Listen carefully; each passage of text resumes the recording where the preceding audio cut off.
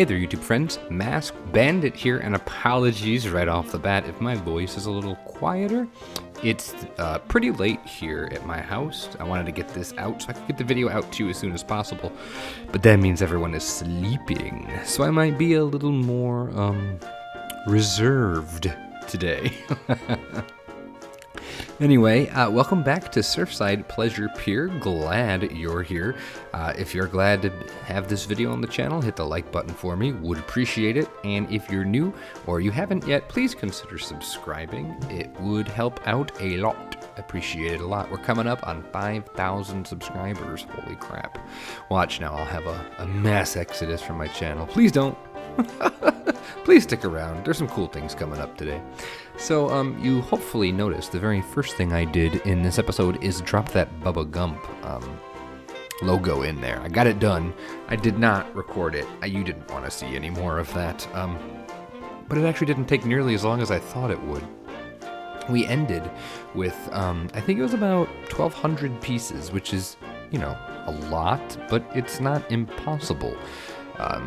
It was worth it. I think it was totally worth it. I think it really brings that building to life. There are some more things I want to do with the building after doing a little bit more research. There is stuff on that big tan building that faces away from the pier. It's on the other side. So I'll get back to that at some point. But I wanted to start adding some of the finer details that kind of make some of this area come alive. And it starts with a little bit from that planter there, playing with the new planter sets from Vintage. I think that's a free update, though. The planters are part of the free update, right? I think. Well, if they aren't, they're awesome. Love those planters. I think they're super cool. And we're throwing down an outdoor eating area here for bubblegums. Now, there should be a different bubblegum sign here, but, no. I'm not going to do that. So we just copied what we have over, and I think it'll be just dandy. It's not a problem at all. Not for me, at least. Hopefully, it's not a problem for you either. Throwing on some simple roofs just to get it looking more like a building and less like a bunch of random pieces. I think we even do some vent work in a couple minutes here. And then after that, after we tidy this up a little bit, we will move on to the main meat of the episode, which is today building a bumper cars. That's one of those flats that, boy, I don't think I've ever used them. I don't think I've ever used those, the bumper car flats before. Pardon me. I've had this really low grade cough, tickly throat garbage for like a week now, so sorry about that. So adding another little planter here to make sure people can't just stroll onto the pier without I wanted everyone to come through the arches.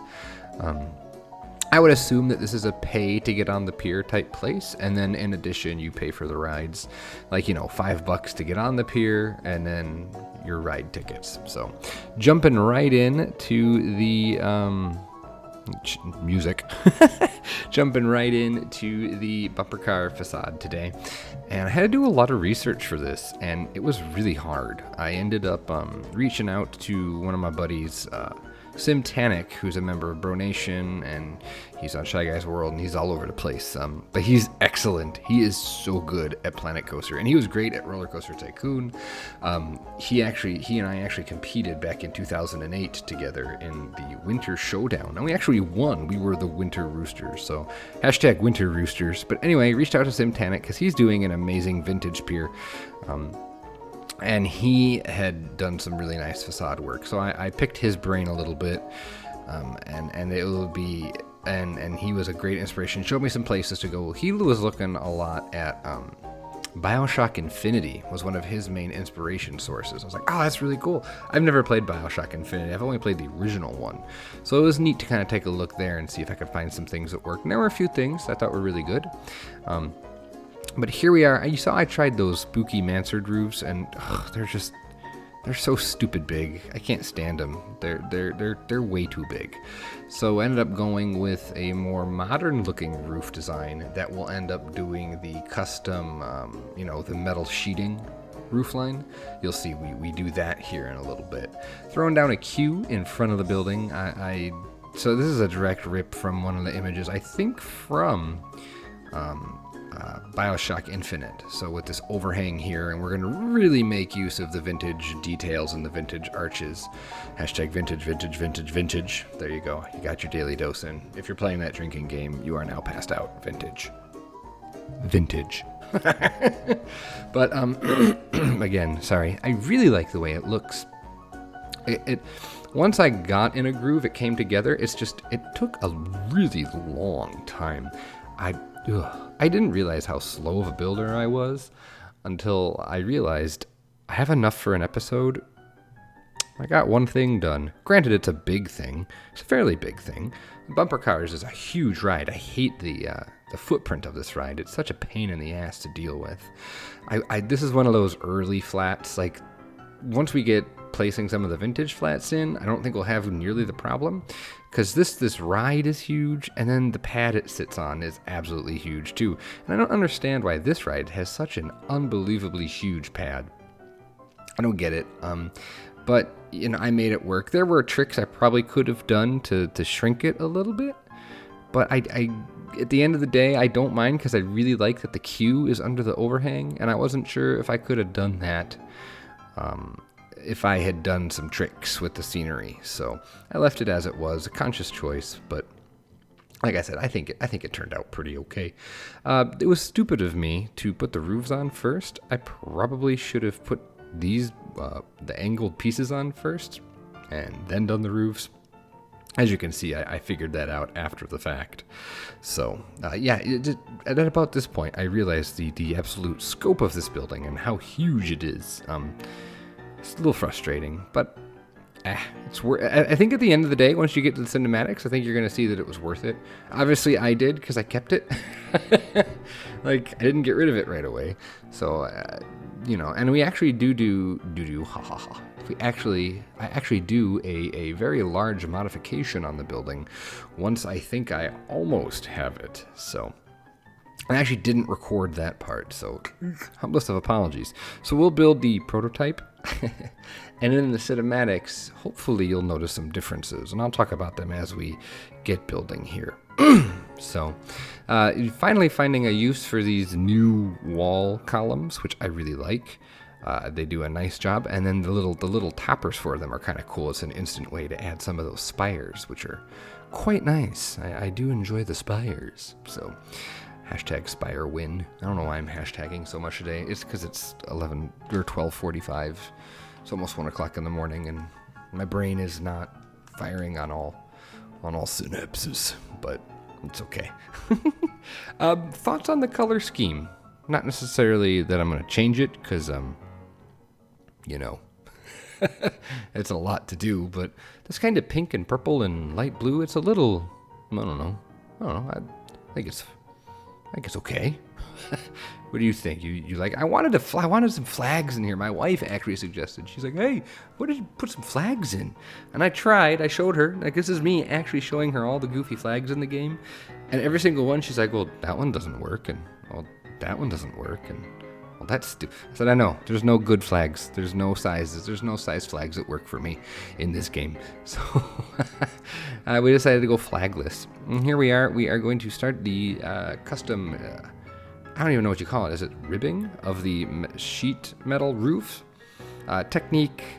I mean, I've done it before, but the one that I kind of standardized it, that I do it this way now, is Ruble Trillions. He did it for us in No Name Landia a bunch, and or at least on the station for Phoenix, the swinging coaster, and it looked spectacular. So I started doing the technique that he does, which is spooky planks and art shapes, and you get this nice shine, but at the same time you rotate those spooky planks, I guess it's 45 degrees, so that you get just the corner of them sticking out. And I think it's quite convincing for a custom roof. It's quite convincing for this metal roofing. When I was building this, those of you that played RollerCoaster Tycoon 3 and played custom content RollerCoaster Tycoon 3, makes me miss Shy Guy's Water World set. That set had a fantastic roof set just like this that would have really, really, really come in handy here.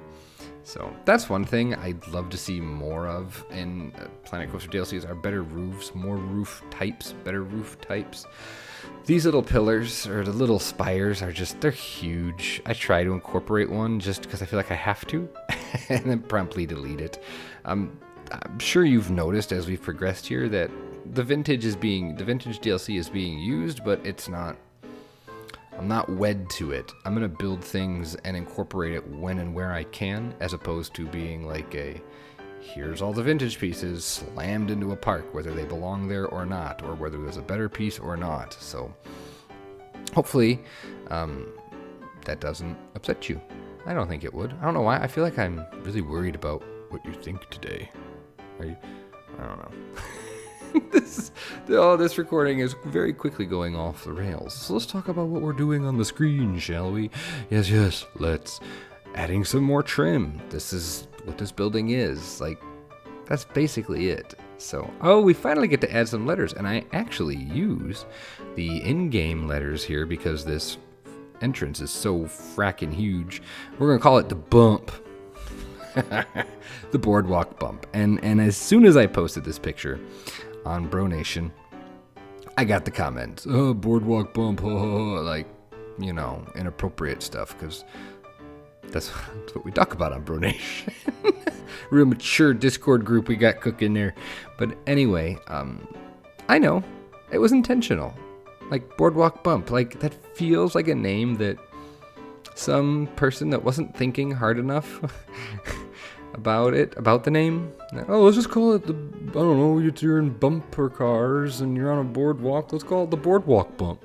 Like they didn't really give it a second thought, and then, all this stuff about the name, hee hee ha ha, all whispery about it. Yeah, the Boardwalk Bump. So it's intentional. I wanted it to be like kind of giggly about it, like hee hee, I can't believe they actually named the ride this. It was intentional.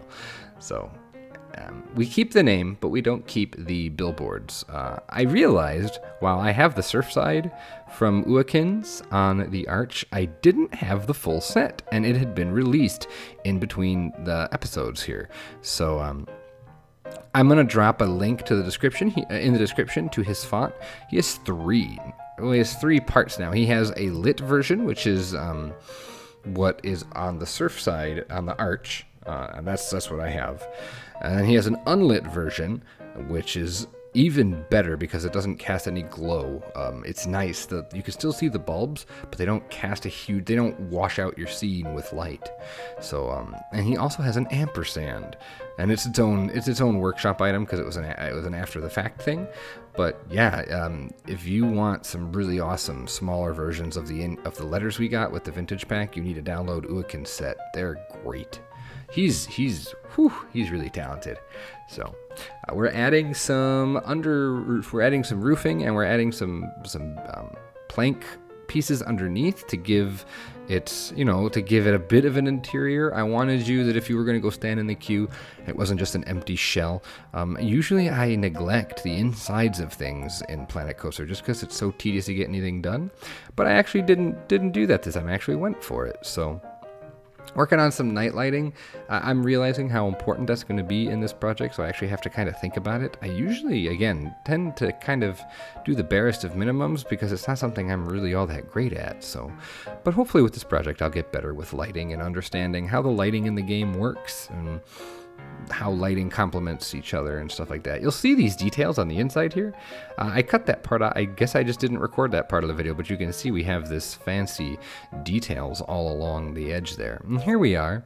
Finally, like I said, I downloaded UaKin's awesome set. Here it is. And I'm going to spell out Boardwalk, and it's just that easy. We're going to replace it with for the billboards that we had there. So not much to say about that, other than I had a really hard time making them all the same height. I don't know if it was an issue of not being on the global grid. I don't know. But I felt like every time I moved a letter, all the others moved too. It was really bizarre. So here I am just, trying to get as close as I can. So I think at the end it looks pretty good. And do a simple recolor. I like this kind of desaturated, almost grayish blue. I really like that. I had the on there. My wife goes, "Why do you have the word the on there?" I'm like, "I don't know." She goes, "Get rid of it." So I did. Always listen to your wives, just saying. So now that that part's done, we are moving on to just a little bit of detail up front here. We're going to add some fencing, some custom fencing. I could have used the in-game ones, but I wanted something a little more, well, just something custom. I wanted to make my own, so I did. We're going to add a little gate back here for employees as well, and we'll do the same thing. We'll copy it, and we're going to throw it on the other side by the, the bubblegums. So here we are, we're making a little gate. And so now this kind of caps off this corner of the boardwalk. I might add a couple simple planters and just to get some greenery, and might try to find some vintage posters. What I'm probably going to end up doing is advertising, actually, Simtanic's park. He made some really cool postcards and posters for his park, using some of the new filters that are fantastic. You'll notice, hopefully you've noticed that mine got a little brighter.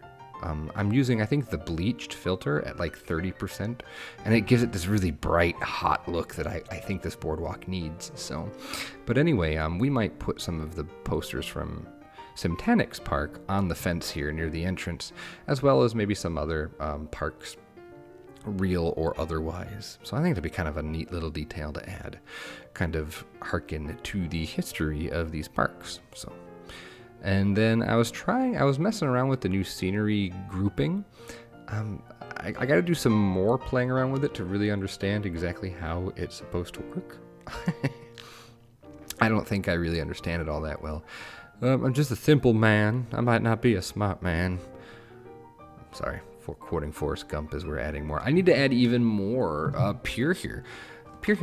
And I'm gonna have to add a service road into the street. That's how they get their goods up to the back of the restaurant, which is really funny because right above the service road they have another seating area, like in a second story. So we're gonna add that because I think it's a janky little chunk. So, but with that being said, this is pretty much the end of the episode. Hopefully you've enjoyed, and once again, if you enjoyed the episode, please go ahead and hit that like button, and if you're new to the channel, or if you haven't yet, consider subscribing so you can see the fun things we do on the channel here. Have yourself a great day, great night, great whatever, and I will see all of you for the next episode of Surfside Pleasure Pier. Take care, everyone.